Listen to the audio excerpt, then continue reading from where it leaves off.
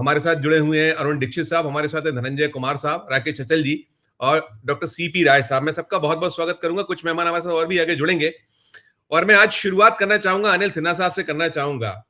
Anil sir, जो कुछ भी बिहार में चल रहा है इस वक्त, जिस तरीके से उलझा उलझा है सब कुछ, और जो मैंने कहा कि एनडीए बड़ी खुश थी, उसे बड़ा एक गुमान सा उसके जो बयानात थे पूरी के पूरे कुनबे की ओर से कि हमने तो बाजी मार ली।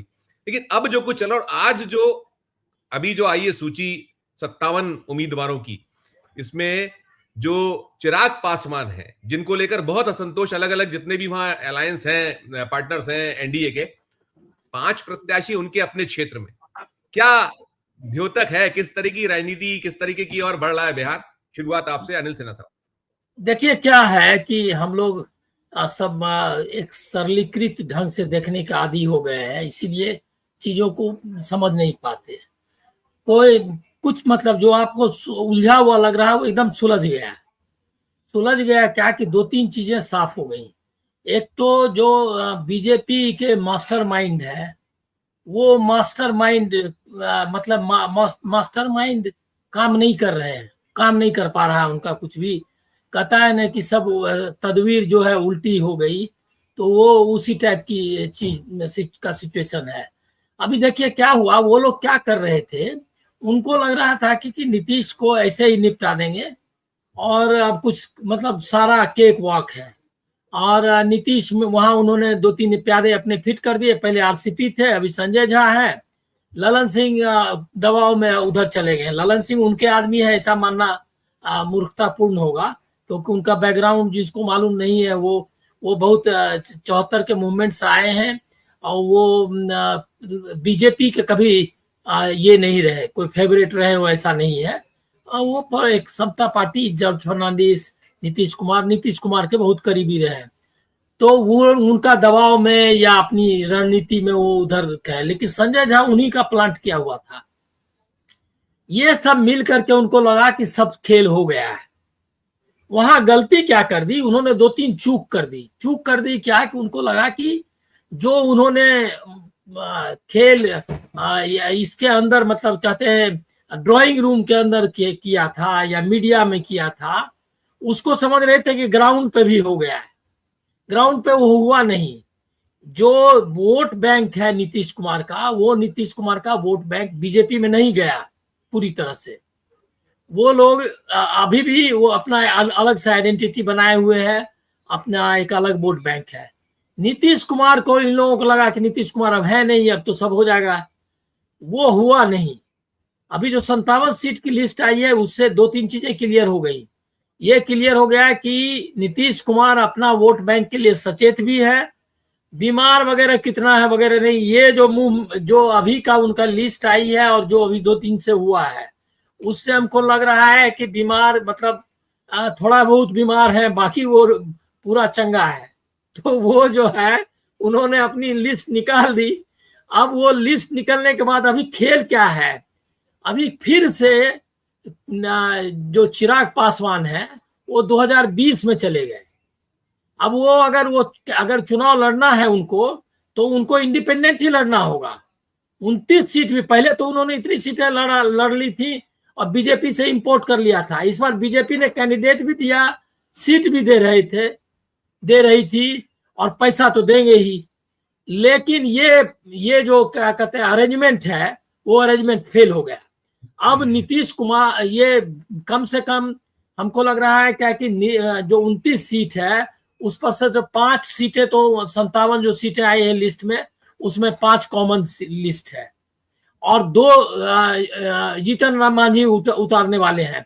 सबसे बोगस जो लीडरशिप रही वो है उपेंद्र कुशवाहा की। ना बार्गेन ठीक से कर सकते हैं और ना कुछ कर सकते हैं। महुआ की सीट भी उन्होंने निकाल दी, निकल गया उनके हाथ से। उनको 2 चीजें मिल रही हैं, राज्यसभा उनको बोला कि दे देंगे और दूसरा कि एमएलसी की सीट आपको दी जाएगी, तो वो तो निपट गए।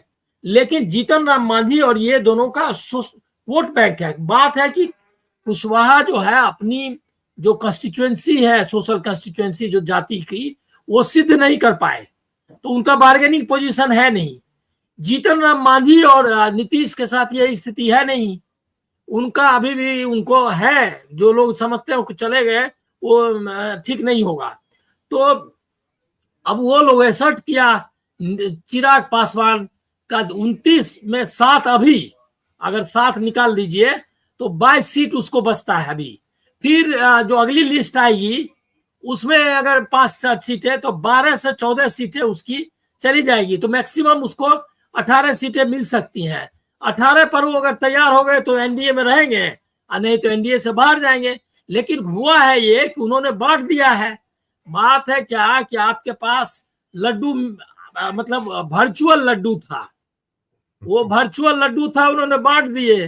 अब एक्चुअल लड्डू जब नहीं मिलेगा तो जो लोग लिया है वो आएगा कि कहाँ है, लाओ डब्बा कहाँ है, तो वो दिक्कत आएगी। उनकी जबरदस्त खिंचाई होने वाली है अपने ही लोगों के जरिए। तो नीति अब मास्टरमाइंड क्या कर सकते हैं, वो उनको कहेंगे कि आपको मंत्रिमंडल मिला हुआ है, 5 सीटें मिली हुई है, इतना सब कुछ मिला हुआ है, अब जैसे हम आपको, मतलब आप एनडीए से बाहर ही चाहो तो चुनाव लड़ लो, फिर अपना कैंडिडेट वगैरह देख। लेकिन अभी देखिए 2 चीजें थी। अब लास्ट पॉइंट इसको समअप करता हूं कि नीतीश कुमार मतलब ये जो बीजेपी का 2 टारगेट था।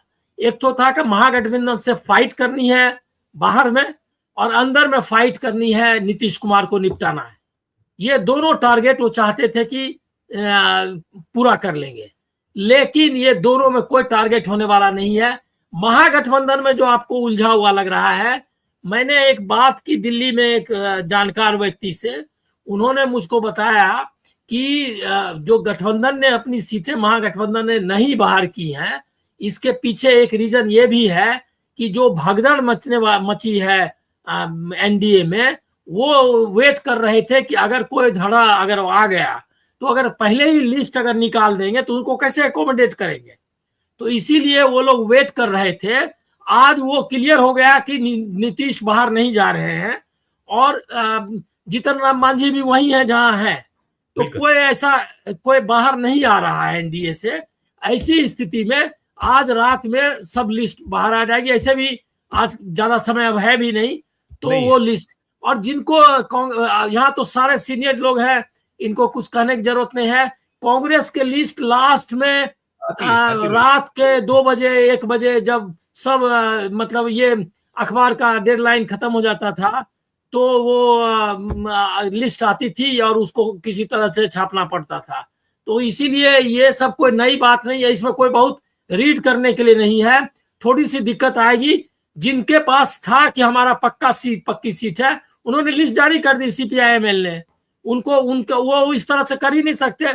उनके 6 महीना पहले उनके कैंडिडेट साल भर पहले तय रहते हैं, उनके अलावा लड़ाएंगे नहीं। ये जो मास पार्टीज है, कांग्रेस है, आरजेडी है, इनके यहाँ लास्ट मोमेंट तक ये सब चलता रहेगा। ये कोई सीरियस नहीं चाहिए। एक ऑर्गेनिक गठबंधन महागठबंधन बना है। एनडीए अब एक बिखरा हुआ गठबंधन है, जिसकी कोई आइडियोलॉजिकल मतलब यूनिटी जिसको आप बोलते हैं वो नहीं है, कोई एकता नहीं है वैचारिक, न कोई गोल की एकता है। तो अब जो है खेल बीजेपी के हाथ से निकल गया है। सिर्फ चुनाव आयोग जो उसका जो कैंडिडेट है खुद ही इस चुनाव में मतदाताओं और संविधान के खिलाफ, वो उसके सहारे चुनाव लड़ना चाहती है। Right sir, right. मैं दोबारा लौटूंगा और मैं